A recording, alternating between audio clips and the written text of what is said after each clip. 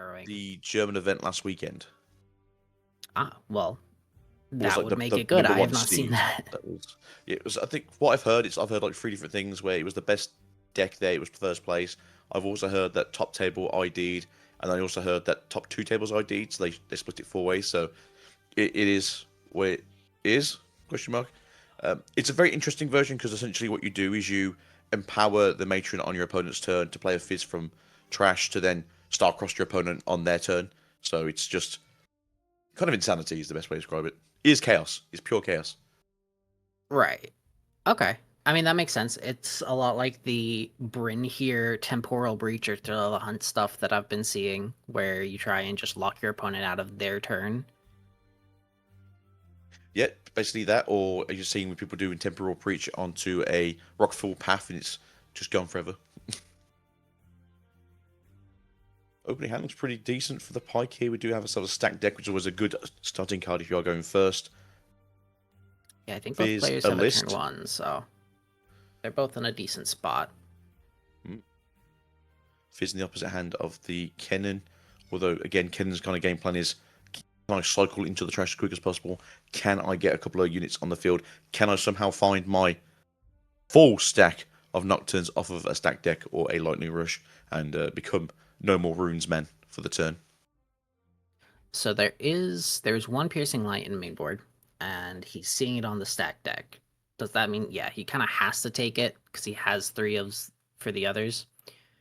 I'm wondering what we're back in the game. Looks like the sleeves were not damaged enough for him to have to re-sleeve everything, luckily.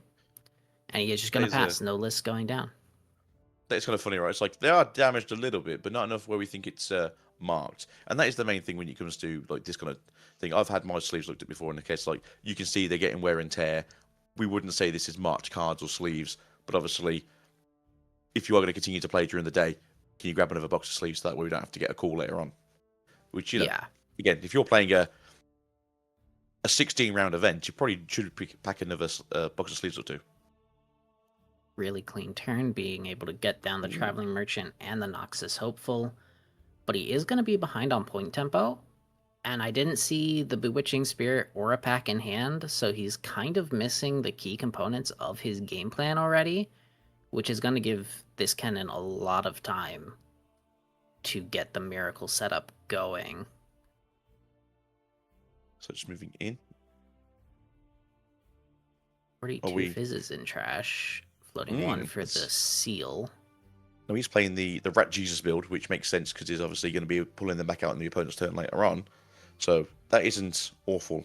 Overall, he has now pulled himself into another Lightning Rush, so this is going to be more of a, build that trash up as you want to see with Kennen. You want to just go as far as you can. The occasional flow here, there, and everywhere. But again, as much as the Pyke themselves isn't in that position they want to be in, the Traveling Merchant will hopefully help with that by pushing them an extra card or two in the next few games. Yeah, ride the wind, going for a quick double conquer. It makes sense because next turn his opponent's going to be able to double conquer pretty comfortably. So if he wants to keep the points up, he's going to have to ride the wind here. Throwing out the Tide Turner, he just drew off the stack deck, which is interesting. Or it wasn't a stack deck, it was a Lightning Rush, but it means he didn't like any of those cards, given he immediately recycled it into the trash, and then throwing down another Traveling Merchant. Yeah, it's just that's a very unique trash if you ask me. Although, to be fair, again, we have the Jesus build. Units in the trash isn't so terrible. I don't think this is playing any of the Z cards, so we're not having to worry about assault on the Shadow Clones. A second Merchant has hit the field, which is going to be pretty good for, again, sculpting the hand later on. But as you should know by now, the second you get 10 cards in trash, those rosters become essentially free real estate. So we could see something interesting here, where he Piercing Lights twice on his own Traveling Merchant to target both of his opponent's backline Traveling Merchants and clear his opponent's board, if he wanted to. Which probably should. Just try and get it as smooth as possible, trying to get yourself as much advantage as possible. Kennen can get quite quick during the mid-game, which is why you kind of do need to remove as many of those problems as you can, but also trying to save yourself a few hassly bits with the 6 might Roster's coming in on those 4 Might Nocturnes who will cause you some nightmares if they get a chance to. Not going to go for it, though. Pulling the Traveling Merchant back to hand. I was also thinking the double Traveling Merchant, that's going to be a lot of filtering for the Kennen, so the Kennen's going to be able to hit any cards they want off the top of their deck if he's unable to remove both of these Traveling Merchants. It's like Gust Monk coming out, so he's going to be banishing something from the Kennen's trash, probably that Lightning Rush, stop it from getting replayed. That's really nice. I love Gust Monk. After seeing how much flow is being used with things like Up from the Deep and Dredge Up, I feel like Gust Monk is just a really good inclusion as a 3 of in any Chaos deck, just to screw over your opponent really comfortably. Oh, exactly. You just want to make sure that their tempo is always behind, and you're always essentially just 1 foot above them as you can. But you've seen Pyke play before. They don't really want to play fast. They just want to play consistently as they can. That is true. My concern here is if he plays too slow, too consistent, and just trying to play out the tempo, the Kennen's eventually going to miracle, and he's going to lose to 3 Razas every single turn.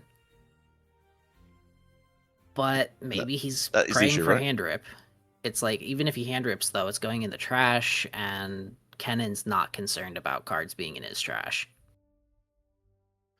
No. Because Kennen, well, the only thing a Kennen's ever concerned about, I've found, is if they put both of their shovels in the trash, and then it's game plan over.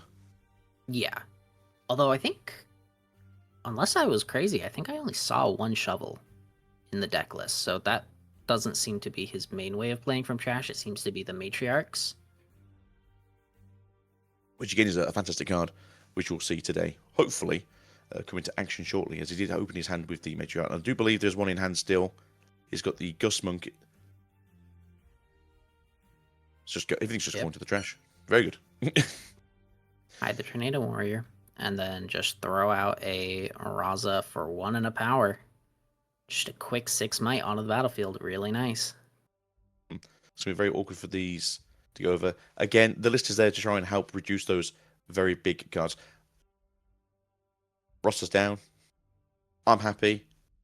This seems to be kind of like where this version of Kennen wants to be. Quite strong in a battlefield, follow in turn, take over the next battlefield, and just have to deal with the consequences of your own actions, which, in this case, isn't listing enough. Oh.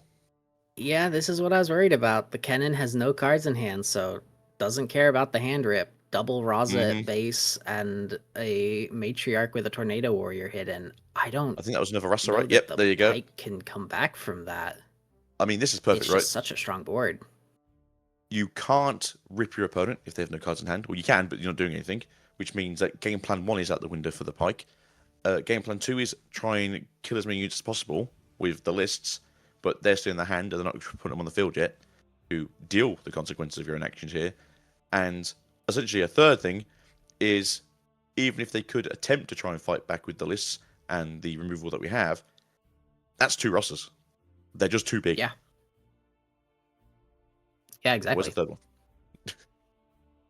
I was just wondering if this Matriarch can be star-crossed. I don't think so. I'm assuming once the... Oh no, it could be. When the Empower trigger goes on the chain, if you star-cross the Matriarch before it becomes empowered from the resolution of the ability, it would stop the unit from being played from trash. So a star-crossed in hand could be helpful. I mean, that might be the only thing really here to sort of slow down this version of the play. Again, though, we are watching, I can see, is like get the fizzes out of the trash. Fizz can then maybe do another Lightning Rush, can do another stack deck. Starcross, if it's got its own, so it can then retort with the same thing. I'm not too sure if it can Starcross on the trigger of the empowerment, because I think it's just, once you get flipped over, it's like an instant you're just empowered. Which is what I think it was doing so well in Germany last week. The Tornado Warrior? Yeah, because it's just like when you flip me over. Sorry. I will get the wording correctly here, because obviously so many things issue with a card in the last round. He who shall not be named. It's still an ability, so it should still open a chain. Hidden. When you play me from face down, you may empower something here, disempower it at the end of turn. Right, it should still go Uh, on the chain, and the Matriarch's yeah, ability. I think the chain there is the tornado warrior being flipped rather than the empowerment because it's just he's giving something empowerment. You're not empowering something else. I mean, it So it's still would target the yes, but Matriarch, I'll just though. say it's the other way around. So it's not the you're empowering the matron. I think it's the possession of giving something empowerment. Chain's still open though. Yes, I agree. Yeah. No, I was thinking about the Matriarch specifically empowering itself, but yeah, with the Tornado Warrior, it would be slightly different. Oh, very nice. Playing out the Tide Turner to just reaction speed swap the Matriarch back to fizzle out the Void Seeker.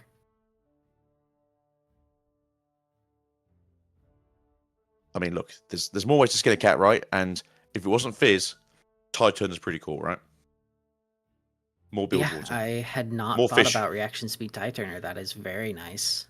List does come down to remove the Raza, but at this point, I'm concerned the damage has been done. Because, Mhm. yeah, the Pyke's cleared the Traveling Merchants, and he's cleared a Raza, but he's fully tapped out, and this Kennen is not feeling concerned with their current board state. Yeah, and as well with the Tornado Warriors effect as well, it is end of turn. So that means that you can continue to keep empowering the matron as well. So it's not as though it's a one and done thing. You do get at least 2 use out of this. At least you can hide it again. Yeah, and presumably you would want to run like a Starcross to get that Tornado Warrior back in hand. I don't Mhm. know if that is something they have the room for, but Starcross never feels bad in a deck, so I'm assuming that will be something he has either in main or sideboard. So to me, it would feel like a fairly good tool to use here, as obviously Fizzes are loving being Starcrossed by you, the owner of a Starcrossed, and obviously in this case, Tornado Warrior going back to hand, hiding it again with the use of the seal, just keeps you having that recursion engine over and over again, just churning it out. 2 seals are better than 1. Can we get a third? Plays out the Fizz, and then yeah, Shadows of the Past allows him to pull some units back to hand. And those Raza, or at least the one that was killed, is coming back, and I'm assuming that Fizz will come back?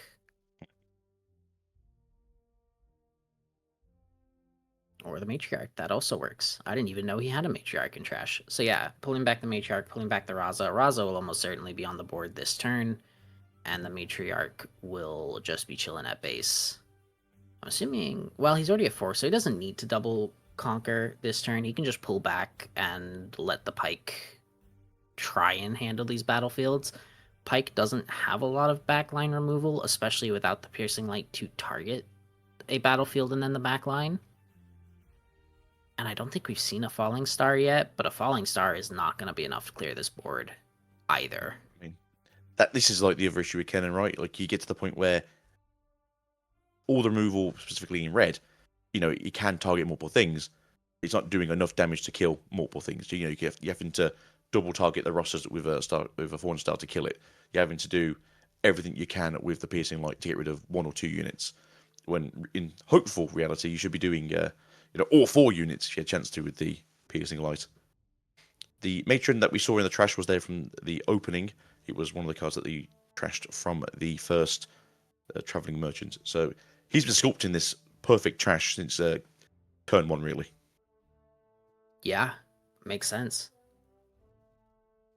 Because, yeah, he had the Fizzes and trash, and then putting a Matriarch in there with the Shadows of the Past lets him definitely get a pretty significant miracle turn with these Matriarchs. And Is going to the trash for the Pyke. I mean, does the Pyke have a better option than just play out Ferris and wait? Because his Conquer will put him up to 5 as well, which is off point tempo, not the best. The Gust Monk can banish something from the trash, but I don't know that there's a card that will specifically need to be banished. The Lightning Rush is a good one to banish to get another stack deck out, but I don't know that that's gonna be enough at this point, given the Kennen's already on the board. He doesn't need more cards or more filtering. He's on the board and he can win with just what he has. having a metro of your own is a pretty good. I think more purple decks are probably looking at this a way of grabbing things from trash as well, especially in a deck that's not really built around it, so it makes more sense. It's funny to see Yeah. them use the effect of the Tornado Monk to... Sorry. Not Tornado, Wind Monk? Words. Gust Monk Just for that's the one. the 2 energy? Yeah. So it's good that they obviously used it for the free, just so they could get rid of another of the flow cards. Just out of the trash, like you said. Really good to get rid of the lightning rushes because they can be very useful even in the trash. But obviously not giving the +2 to anything because he wasn't intentionally walking onto the battlefield in this case, just building up their own back wall, just so hopefully in the near future they can kind of dominate a battlefield, I think. But right now, it's not looking too peachy. Yeah, I am looking at that Fizz. He can pull back a Piercing Light. He just kind of needs another list, and we already know he has one in trash, so his chances of drawing his third is going to be hard. But without another list, he's going to struggle to clear these Razas, or even just clear something like this Fizz, because the list is already targeting a Raza, and so he doesn't have a way to Pack of Wonders the list and adjust what's being targeted by it or named by it to make something like a Piercing Light more effective. If he drew Falling Star, he might be in a decent spot. You Falling Star, play the Fizz out, play another Falling Star. You lose so much power, but it would potentially clear a lot of this back line. But looks like it's just a scoop, not enough to clear Let's the say, yeah, just board shake in hands. that Pyke's hand. Just shake hands. Because right now it's just I would say it was a disaster for the Pyke, but there was definitely a point in the game where it went, that Pyke's game plan isn't going to work, and he's too far behind for game plan 2 to work. So, yeah, when you see like 6 units coming out a turn, you just know it's like, yeah, I'm too slow for this now. A lot of people started running things like Anglerfish. I don't remember if that's its name, but the one that bounces all low energy unit or low might units to hand. So I can see why you might stray away from it, but it does feel like in Kennen specifically, it's really good with the flow, letting these tentacles be empowered by the legend up to 3 might on the attack, so they can actually clear a battlefield pretty comfortably. At least for going second. Yeah, that's a great thing. I mean, to be fair, Yellow has a good way of dealing with this as well. They have the Forge, where you kill this gear and you can put 4 cards back to the deck. Really good versus flow cards. So that's why Rex, I think, became one of these decks that was just very instantly good into Kennen, just because it already had that matchup sort of like, hey, we already used this card that's really good into this deck. Let's abuse it. But as you just say, Rek'Sai is also a very fast deck. He wants to get in and out. He doesn't really care if you kill its recruits, doesn't care if you kill its birds. He doesn't care if you kill its units that then become more units because overall you're kind of just giving it the best shot. But again, overall, as you've seen, Kennen is, I think, kind of the funnest deck to play. There's, I suppose, now 3 different ways to play this deck. Before we had the Miracle version, we had the kind of mid-range control version, and now we have the other kind of Miracle version that Tornado Jesus has given us so much love. I've also seen the beta token version. It's not seemingly as popular, but I have seen, so I guess there's in fact even a 4th way to play Kennen at the moment. So yeah, I think Baited Hook did have a little spot at some point in the game, but I think after a couple of weeks, I think a lot of people like it just doesn't feel fast enough, or it just wasn't giving you the results you needed constantly enough, which I think is the main thing from most games, right? Yeah, Baited Hook is a bit of a gamble, and if you're not playing LeBlanc, where you're really just playing Baited Hook to kill your own units, that gamble can feel really bad if you're not careful. And then this is also something I've seen from the Kennens, the turn 1 playing out the Kennen champion unit is very powerful. It lets you have a 4 might unit on turn 2, and it beats out even something like a Diana, which is really nice. It lets you play out any spell from your trash with flow if you burned one, or in this case, he might just conquer and then play out the lightning rush for another single energy with flow rather than having to pay the 2 and a power. And that's just more great sort of value you can get out of this deck. But as you did mention earlier, LeBlanc, it seems very similar to LeBlanc, but obviously your turn one play going seconds seems more impactful than your turn two. Than LeBlanc's turn one going second play was. As you mentioned, Diana, 99% of the time you'll always play Diana first if you go second. But with Kennen, he's just, I wouldn't say he's better than Diana, but I'd say he's an improvement upon Diana. Because with Diana, obviously you get the bonuses when you play, when you move around. But obviously Kennen, you get the bonuses when you win things. The only issue that the Kennen has is the initial power cost, but the 4 might being a really nice breakpoint almost makes it better than a 3 energy for 3 might. So the amount of times that I will see people on going second first turn, they'll flip a power float in, they'll bring out the Seal of Discord, and then go into their Kennen. So they never really lost much of a value on that first turn because they kind of got it back with the Seal. But overall, Kennen just feels very energetic, let's just say.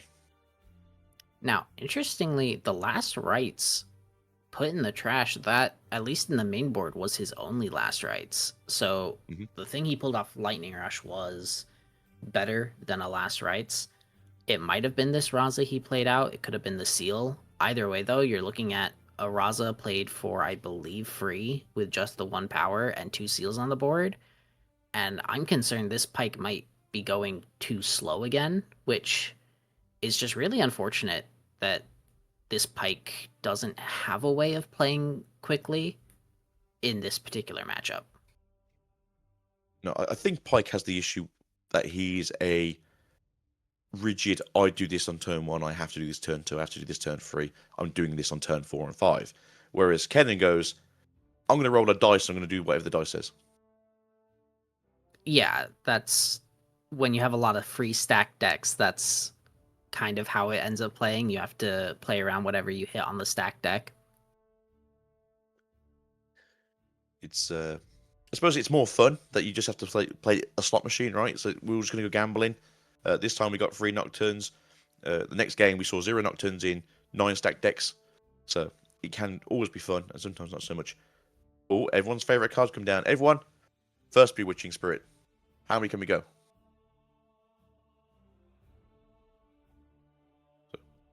Trashing another Raza. That's interesting, because he has more than 10 cards in trash, right? Based on the Raza coming out for no energy on the last turn. So he didn't need to trash this Raza, because it was effectively free with the Seal on board. Oh, a second last right, so he had one in the sideboard. Yeah, so most lists I've seen run 2 throughout the deck, so sometimes it's main board, sometimes, like you said, 1 in main, 1 inside, and you just try and figure out what your matchup is because you need the extra space to move things around. Hello. Yeah, and then recycling the last rights in a Nocturne so you can hit them on a stack deck later. And then presumably he conquers... I don't even know if you need Conquer the Minefield, but you definitely can. This Raza is then an 8 might unit, and he's going to be playing another Raza to base. And we're kind of in the same situation as game 1, where I just feel like the Pyke's game plan is too slow at this stage to be able to take on Razas dropping on the board every turn. Yeah, I mean, in this situation compared to last time, obviously they did kind of get to game plan A, which was we want to try and start ripping things from your hand. Kennen, unlike a lot of other decks, doesn't necessarily want you to take the cards out of their hand, but doesn't really get affected by it as any other deck does. Because now we've got essentially the setup. We've got the big bad Rasa here with a shield, with the shovel, essentially digging these people out of the grave. So, yeah, let me just put more stuff in the grave so I can do crazy things. Are we contesting how the wording of the battlefield is? I think it's the timing of the battlefield, whether or not the Raza gets the discount from the burned cards when it's played. I believe it does, but I also don't know that it matters in this particular instance. I imagine it's just a clarification in general, given we saw he already had 10 cards in trash, unless he specifically had 9 at the start of turn after like flowing a Lightning Rush. I think he just had 10 anyway. Yeah, so obviously we've seen the following turn he had enough to get Rosser out for just the power, so he should still be in the same remark as we have since then. trashed the roster. Obviously, roster doesn't count itself when it's coming out of the trash, so you have to recount again. So maybe the burn did come into play. Maybe he was at 9, like you said, or maybe he was at 8. Oh, So that he way did he get recycle too, so he might be down below the 10 There you mark go. now So 1, after 2. recycling. Oh. No, he seems to be okay with that. So maybe that's right. Maybe it was a case of actually he was now at 8 and he actually had to get the 2 more in the trash to get the 1 power roster coming out. Yeah, that seems to That Gus be ain't gonna do much. chat's agreement. No, Gus is not going to be particularly helpful. The list, I mean, it's going to be nice, but I don't know that the list is going to be enough at this stage without a pack of wonders to bounce it back. It seems very much like a Santa Claus kind of song, right? It's like checking the list twice. Ross is still on here. I can't get rid of him. Yeah, because even if he gives -4 to the Raza, he would have to trade both of his units in currently. He could play down a list and then try to like Falling Star a Raza, but with the shovel on board, that's a very temporary solution to a very big problem. That will help. That will help. A Brittle Steel, we already know one of the shovels is at the bottom of the deck. Yeah, the Kennen will eventually get back there, but it's going to take him a hot minute. So if these Razas get removed, they are now actually removed off the board for a period. So there is a Matron in hand. I think the Tornado Warrior is also in hand. So, I mean, we could see them starting to bring things back to life from the following turn. So it's not gone forever, just not currently here. And generally speaking, even if you are playing one on the sideboard, it is the one on the sideboard. You don't normally see people play 3 shovels, especially at the price of them these days. So, yeah, I can see it kind of being an interesting take right now. Well, actually, if the Pyke wanted to, he can rip 1 card from the Kennen's hand. I would assume the Abandon will end up being ripped, but it could rip one of the Matriarch or Tornado Warrior and potentially slow this Kennen's game plan down at that point. I think the issue is if this Pyke doesn't get rid of the Matriarch and Tornado Warrior, then you play Matriarch to the battlefield, you hide the Tornado Warrior, pull back the Raza, and things get very hairy very quickly. You're playing. So.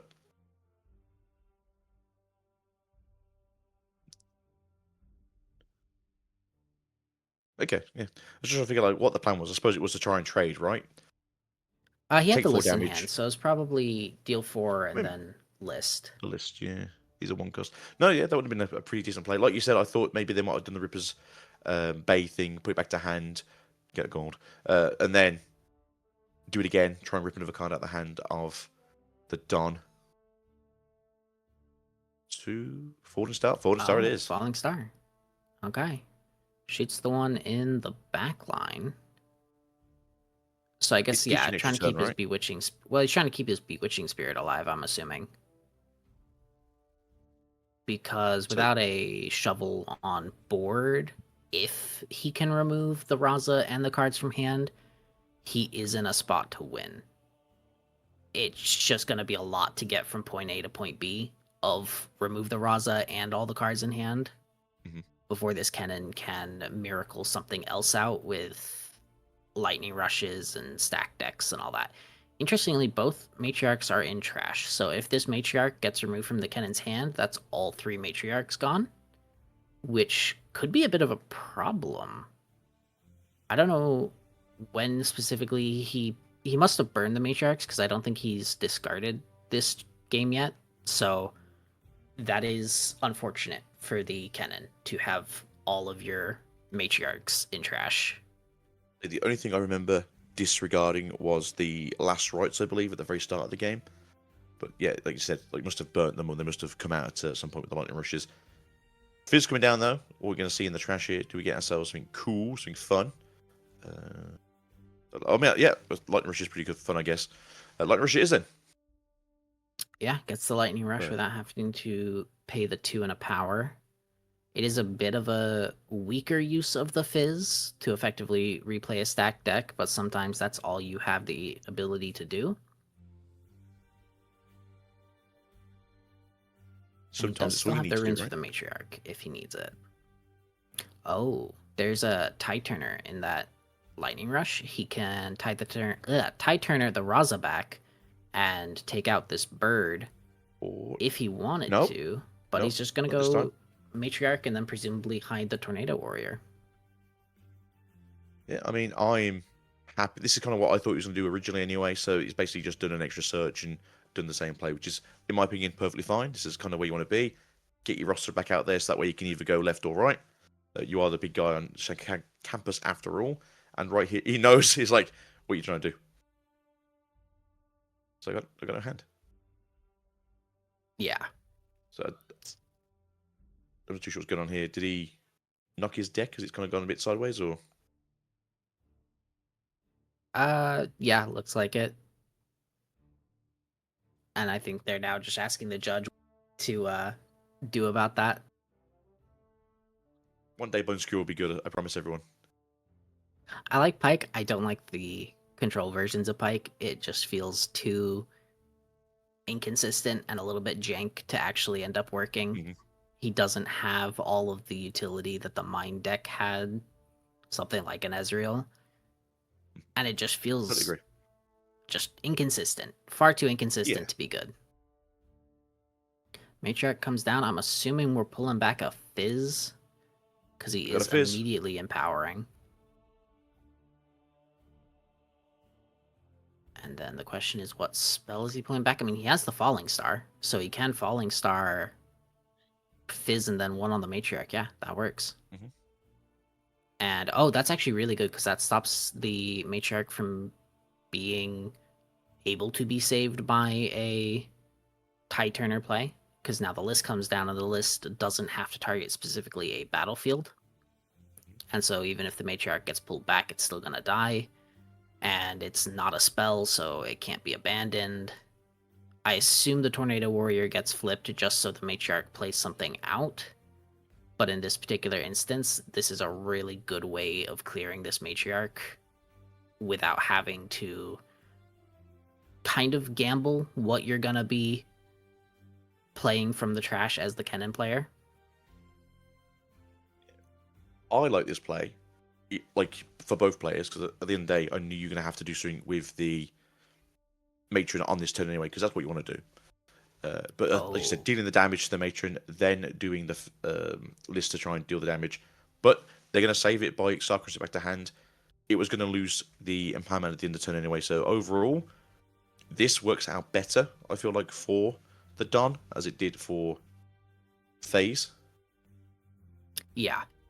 No, being able to play back out the Fizz, meaning that half the Falling Star was negated, and then being able to Starcross the Matron back into hand, that's devastating for the Pyke because his entire turn was kind of wasted. He got the list down, he got a Matriarch down, but he didn't actually remove any value from the Kennen. The Kennen still has the Matriarch he can play out, he still has the Fizz on board, and that's really rough. Interesting hand. Ooh, Nocturne hit Nocturne off the for stack 3. deck. Fizz is good. You pull the Fizz, Yeah. not the salvage. He has a salvage and trash if he really wants it, but I don't think you care about salvaging a list at this point. I think currently he is half a turn behind. Like he's the one who's following the points, not currently the one in the lead. On this turn, he should be going to 5, so he should be the one that is now in the lead. So I kind of agree there. The list isn't really as scary, especially because you don't have the packs to bring back to hand. Salvage, though, wouldn't be awful, because obviously getting rid of the lists as it has been more of a slower game for the Don. It wasn't like we saw last one, where by turn 60 he had so many units on the field. But again, that Nocturne's pretty nice. Matron can come down back on the field this turn. We're in the back. It's fine too. It's cool. It's all cool. Yeah, he doesn't need to risk it on a battlefield because he doesn't have the Tornado Warrior to hide. So you can just play the base and raw and power it. I mean, do you want to do something like the... Even just Kennen. Kennen? Okay, Kennen's pretty cool. Yeah, I'm down for just a high value unit to put back on the board. Starcross gets burned, a Tornado Warrior gets burned. You're probably not happy to see the Tornado Warrior get burned because he was running 2 in the main board, so presumably that is both of his Tornado Warriors gone. It's a little bit important. Yeah, you kind of do want it back. I was wondering actually if they're going to put down the Vex to try and slow down their opponent, because trying to inch those last couple of points with the accelerated Pyke, it does happen. It does come up. It was a big thing for Rengars for a short while ago last set. And I can see it happening with the Pyke itself. But again, I don't think you're too scared if your opponent goes, all right, I'll go to 6 this turn, and you go, well, I'm going to go 7. So do your Well, worst. the Matriarch can't put down the Vex. It requires it to be 3 energy and 1 power as its maximum cost. So the Vex being 4 energy Right. isn't playable. Good. No more Vex. Beautiful. You're quite right there. Yeah. Good. Don't cheat. Don't be me. Do better. Yes, I suppose it would have been a Pyke's case hand of the is Kennen is not pretty good, ideal. or another Fizz. No, I think the issue here was he didn't really get enough use out of the Travelling Merchant early on. And it was essentially used, I think, once, and then was sacked off by a violent Kennen. Ooh, hand fan. I mean, it makes sense if there's no AC in the room. You can see So, the sweat on these players. It's I'm glad I'm not there. Let's put it that way. so what I have heard is there is AC at the event. It's just not all over the event. So apparently there's like AC pockets. So I think what I've heard people playing is they'll play games quickly and then go hide in the corner. Yikes. So Okay, to be fair, bounces the Matriarch to hand. good. And then he More can empowerment. replay it here if he wants, but he doesn't have a unit in trash to play with it. So it feels a bit scuffed to put it down, especially because he is now trying to set up for the final turn. I suppose maybe this would be a case of you try and just do a little bit more ripping on the following turn. After you get this back to hand, you do it again, right? So you just try and rotate the bewitching as much as you can. Yeah. Oh, and interestingly, because the Matriarch was hard empowered for the Kennen, he doesn't have the ability to play out this Fizz until he can Starcross the Matriarch back to hand to de-empower it. Which he does have a Fizz in hand if there's a Starcross in the trash, which I believe there should be. Yeah. As I think he's used one and then used the other one with the Fizz. So we should be able to do it again, bring it back to hand, empower again, get some stuff out. Or I think it would be good. So he's thinking about it. Yeah, he's like, do I do the thing? He The can answer is yes, do also the thing. flow the Starcrossed. He doesn't have to play Starcrossed off of strictly the Fizz. I just don't know he has another spell in trash he's super interested in playing off Fizz. He could conquer with the Kennen and then go for a Ride the Wind if there is one in the trash. Though I don't know that I saw one. So Kennen should be empowered. So going in for 6 into the 3 isn't too bad. The Pyke's also are they tapped running out. Cleaves and Pyke?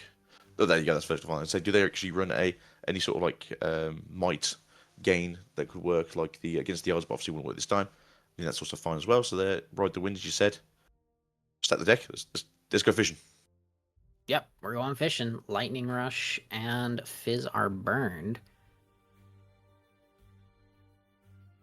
And there's 2 Ride the Winds and a Morbid Return. He's going for the oh no, it's not Morbid Return now. It's Shadows of the Past, something like that. The new return monsters from your grave to your hand. Yeah, Shadows It's a little of the bit more Past. expensive, but he gets 2 cards. That's pretty good for me. I think it's pretty good to get things back in. Yeah, and Bane he can is pull oddly back weird Raza. about the AC. Yeah, so I think a lot of people don't realize like EU hasn't really been warm until the last like 5 or so years. So all the ancient architecture that we have in Europe is also sweating. So fun, lots of fun. But right now, as you were saying, do you just like load on a battlefield and go, I'm at 7, you're at 6. You've got to clear both battlefields, and one of these has like 20 might on it. Yeah, he has to. He has to defend. The Pyke is not showing a super aggressive stance here, but you can't under commit and just lose the game for it. So he is going to have to fully stack. Yeah, well, there's a Starcrosser you saw before. Get rid of that matron. Could. I don't know that that's his choice. Okay, that is what he's going for. Sorry. I was thinking it might not be enough to Starcross specifically one card. Oh, I see. So sorry, I meant to say hit the opponent's matron, not his own matron. Just that way, obviously, it was because it wasn't empowered yet. But you know, you don't see that fizz coming flying back at you. Bringing 2 units back out of the trash. Do we have 2 Rosses in the trash? I know there's 1. There is 2. All right, so yeah, I think we just build a board, right? Be. Yep, and then you can just play him down. You don't care about deramping at this stage. I mean, Kennens very rarely care about deramping anyway when you have Razas to play out, but he can just drop 3 Razas on that minefield. You can move your Nocturne up, but you could also just leave Nocturne and the Matriarch back at base to threaten the Ripper's Bay and force his opponent to go into it. How about no? How about we just put everything on there and go like, you gotta have it, and by it I mean flip the table. Yeah, I mean the Pyke can have it. He doesn't necessarily have it in hand at the moment, but a Pyke could, in theory, break this board with yes cards. lots of cards. It's gonna be hard though. It's gonna be hard. Infinite runes. Right now, I think we're looking at least 26 plus might. So there's 26 there. Is it 3 on the matron? So that's 40. It's 40 might flat. There you go. So do you have it, sir? His face says I don't have it, and I'm gonna give it a try though. I mean, a Downwell perhaps would be really good here. That's what we need, right? Going all in on Downwell. Downwell into like Pyke Accelerate. Okay, I mean Fallen Star, remove a Raza, play out a Fizz, do it again. He can definitely clear a lot of might, but I don't think he's gonna be able to clear all the might with what he has in hand here. No, I think it's just a little bit too far gone. They did their best. You know, no one's gonna argue that one. The Kennen, not as fast as you normally see. Hey, it's accelerated Pyke.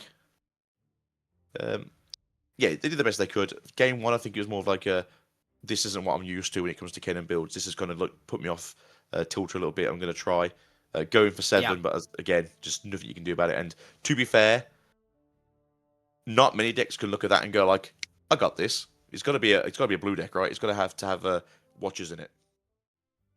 I'm just concerned. I don't think he paid a deflect for that stupefy, unless he stupefied his own Diana. Might have done, to be fair, because he didn't go down. So yeah, we kind of brought it into reality. I blame on chat as well because they mentioned the Irelia. But yes, here we go. A Diana from Jorge, as well as Thadeaus playing into the Irelia, which you know how I feel about Irelia. Signature spell's way too strong. Yep. But it's a good deck. It's a very good deck. It's very competitive. It's very strong at what it wants to do. It's one of the very few decks that gets to get away with being so suspiciously good. Diana, on the other hand, though, I'd say as much as I don't like the style of Diana, it is also a very good deck, as we have seen one of our many European champions playing it, Mr. Alan ZQ, who might be on Mel this week. I'm not too sure. I think he did change his mind yesterday, but he's still on Mel. Very good. Yeah. Another blue-purple deck. Mel's also a very interesting case. Hopefully he's not playing some kind of horrible hand-rip version, but time will tell. Unlike this on death triggers, look at the hand. So how do you feel about Irelia versus Diana? Is this a matchup that you can say is more swayed towards one or the other? I would typically say that it's favored towards the Irelia because Defy is vicious against Diana, stopping those moonfalls. But I'm looking at Vex Cheerless and I'm thinking, well, I would hate to be this Irelia right now.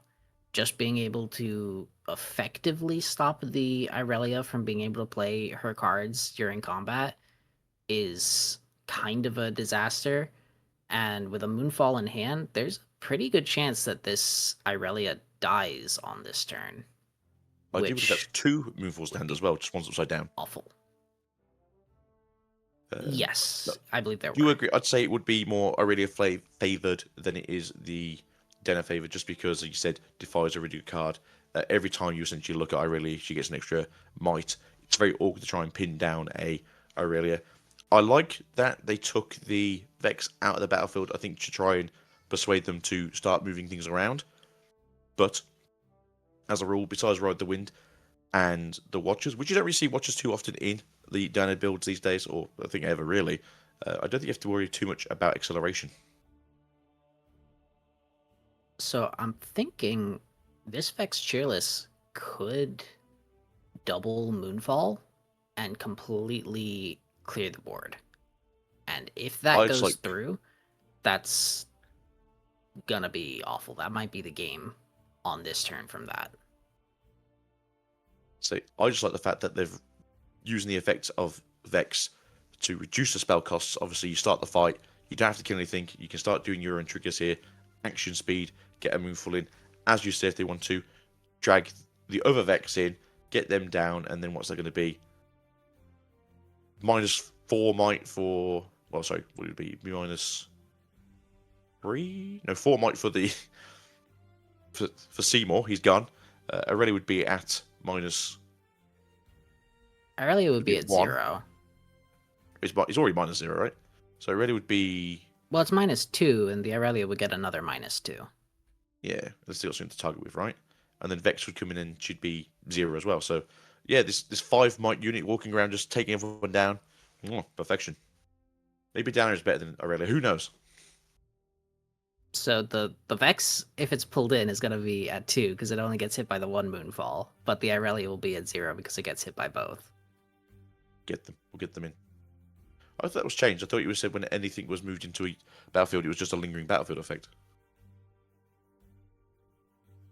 Maybe I was not aware of that. If that has changed, that vastly buffs Diana. See, it does. Oh, wow, that's insanely strong if it is the maybe case. It doesn't. But maybe I lied. I think I was told once upon a time that the reason that Diana was so strong is because whenever she Moonfall, she uses everything like the splash minus. And I think you might have got clarified at some point. No, I always just... Yeah. So the thing that makes Moonfall strong is that it combines 2 cards from 2 different domains into a single card. It combines Charm and Against the Odds, which is I was going to say, yeah, it's strong. it's definitely colours that aren't in the colour combo that you're currently in as well, which is the funny thing.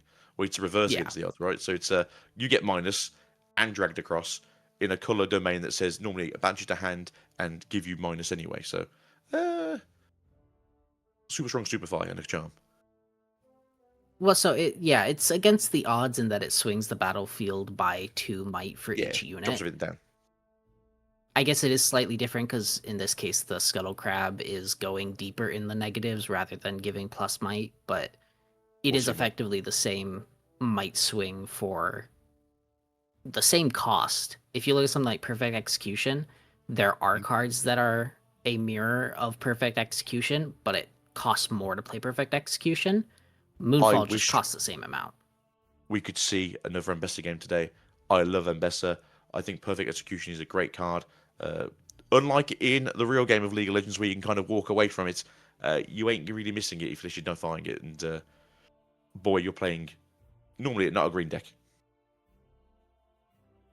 And yeah, looking at this hand for the Diana, I don't think this Irelia has an out now. That is so potent to play into. It's a great hand. You've got a way to get out with Flash. You've got Stupefy if you need a little bit more cards or an easy way to fight people. You've got a hard bargain just to try and go, if you want to do it, you've got to pay all your ruins. Well, guess what? You can't. You've got the acceptable losses to get rid of Boots or an Hourglass or a Guardian Angel. So that hand is magnifique. It's a great hand, and with the Irelia not having a unit on board, I don't think the Irelia has a way to clear the Diana's board, even without any of the cards in hand. So I'm trying to think what you could do.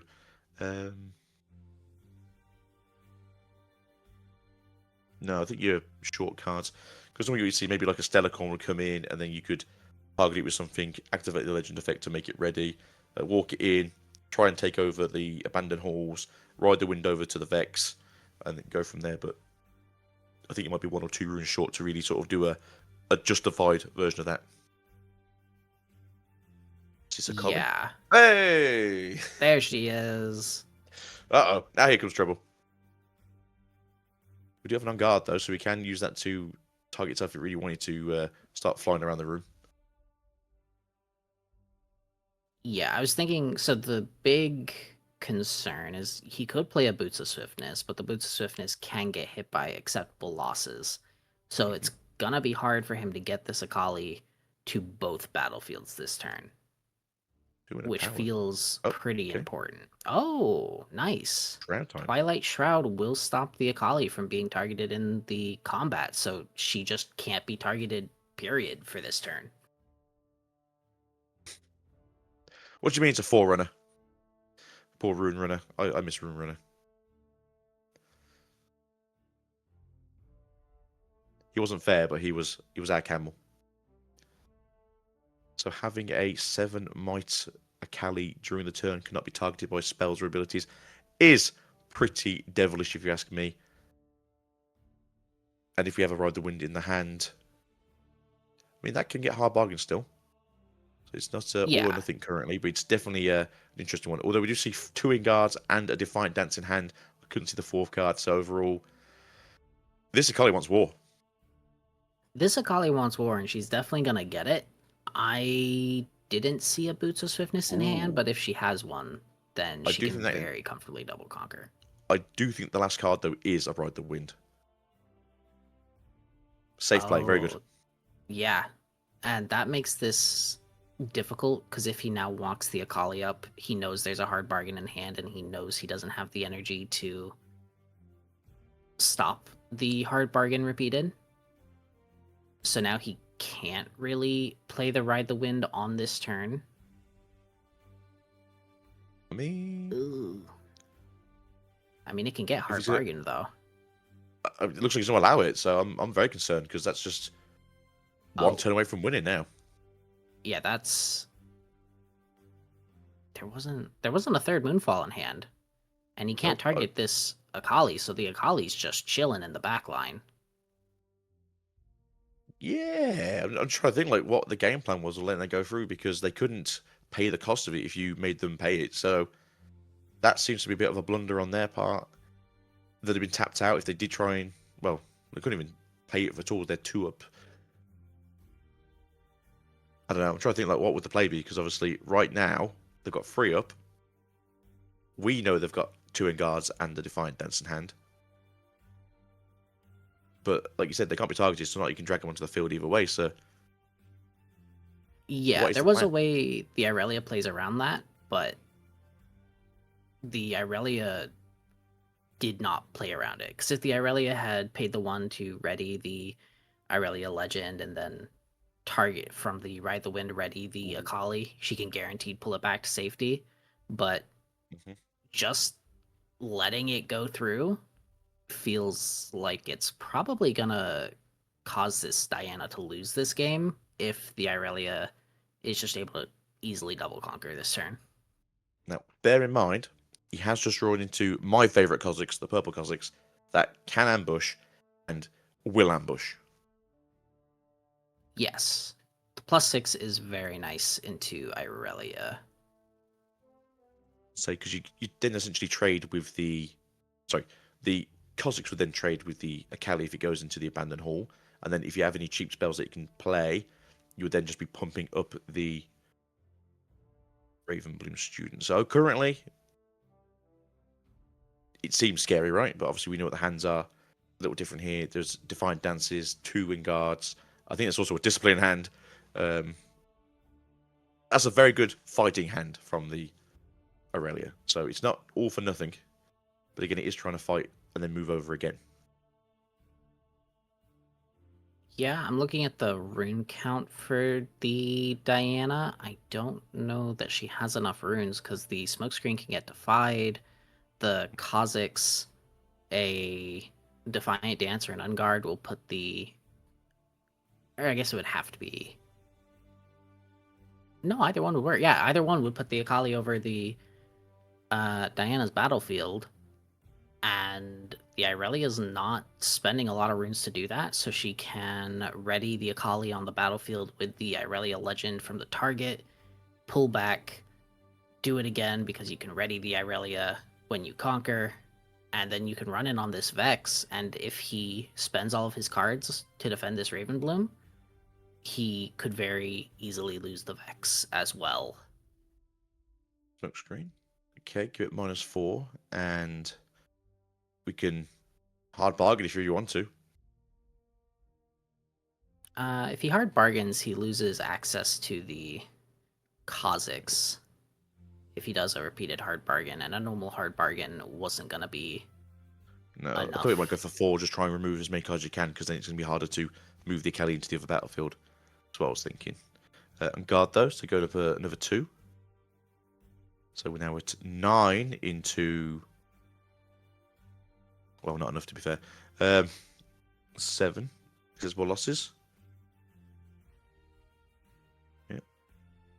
Yep, give the +2 to the Ravenbloom, so now it's 10 to 10. And you can pretty comfortably force another card out from the Irelia. I mean, I guess the Irelia does have the potential to just wait on the battlefield and not try to double conquer, but I would really, really, really like to see this Irelia ready the Akali right now to double conquer this turn. So trust your hand. Nope. Okay then. So after combat, you can just do Defiant Dance, right? If honestly, well, if they've got he can ready boots once, but he switch. doesn't have ganking. No, I'm just thinking if they have a boots switch in hand, they can obviously ready with the boots attaching to the Akali, and then the Akali can just move over and start kicking people. I mean, a tie turner works too. That will also work, yeah.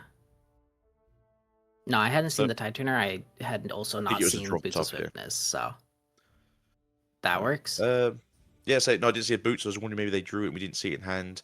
I think the Tide turner may have been the draw for the turn. So that could have been literally the difference between just the combat hand and the we go for a swing.